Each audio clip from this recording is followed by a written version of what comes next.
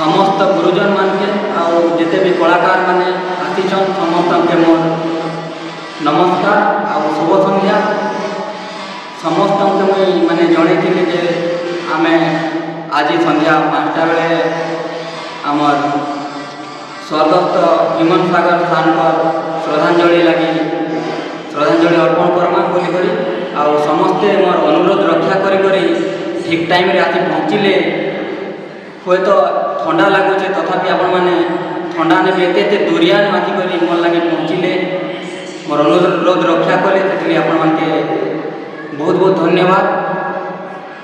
आउ मुई काना कहमी आउ